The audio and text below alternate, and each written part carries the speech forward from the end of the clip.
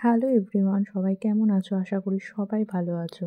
দুর্গাপুজো শেষ মানেই তো লক্ষ্মী পুজোর আগমন।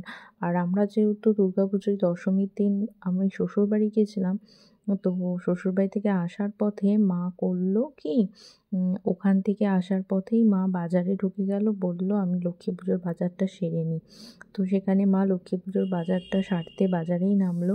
আর সেখানে আমি কিছু ভিডিও ক্লিপস নিলাম, কিন্তু লক্ষ্মী পুজোর যে বাজারটা দেখে মানে আমি কি বলবো, মানে চোখ চড়ক গাছ হয়ে গেছে। এত সুন্দর সুন্দর জিনিস সেখানে, আর সব থেকে বেশি মন কেড়েছে হচ্ছে এত সুন্দর সুন্দর ঠাকুর। তার উপর মানে সেদিন তো ফলমূলের দাম একদম হাই থাকে, মানে অনেকটাই বেশি থাকে।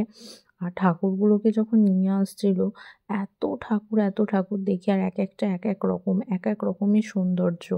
তো সেখানে সব বাজার কমপ্লিট করে এসে পরের দিন যেহেতু পুজো ছিল, আমার টিনটিন তো ওর দিদুনের সাথে লেগে পড়েছে, একদম দিদুনের হাতে হাত দিয়ে কাজ করতে। তারপরে মা লক্ষ্মীকে ভালো করে সাজিয়ে আমরা অপেক্ষা করছি, আমি আর আমার টিনটিন, যে কখন ঠাকুরমশাই আসবে, কখন আমাদের পুজো হবে। তার মধ্যেই মা সব কিছু রেডি করে, ঠাকুর রেডি করে, একদম ঠাকুরের ভোগের মধ্যে যেমন খিচুড়ি, পায়েস, পাঁচ তরকারি সব মা নিজে হাতে রান্না করেছে। আর এই ঠাকুরের ভোগটা খেতে মানে অসাধারণ লাগে। আর সেদিনের রান্নাটাও যেন অন্যরকম একটা স্বাদ হয়, মানে একটা মানে তৃপ্তি যাকে বলে সেই রকম লাগে। প্রত্যেকটা খাবারই যেন খুব সুন্দর একটা গন্ধ বেরোয়। তো তোমরা তোমাদের লক্ষ্মী পুজোটা কেমন করে কাটিয়েছো আমাকে কমেন্ট করে জানিও। আমরা তো আমাদের ঘরোয়াভাবে এরকমভাবেই লক্ষ্মী পুজোটা কাটাই। তারপরে ঠাকুরমশাইয়ের অপেক্ষা করতে করতে ঠাকুরমশাই চলে এলো। ঠাকুরমশাই আসার পর যাবতীয় যা কাজকর্ম, পুজোর সব আয়োজন করা ছিল সেগুলো করে ঠাকুরমশাই পুজোতে বসে গেল।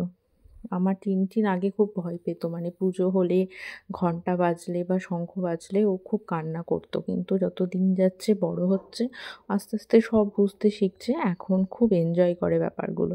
এখন ঘন্টা কাসর বাজলেই ও শুধু নাচবে।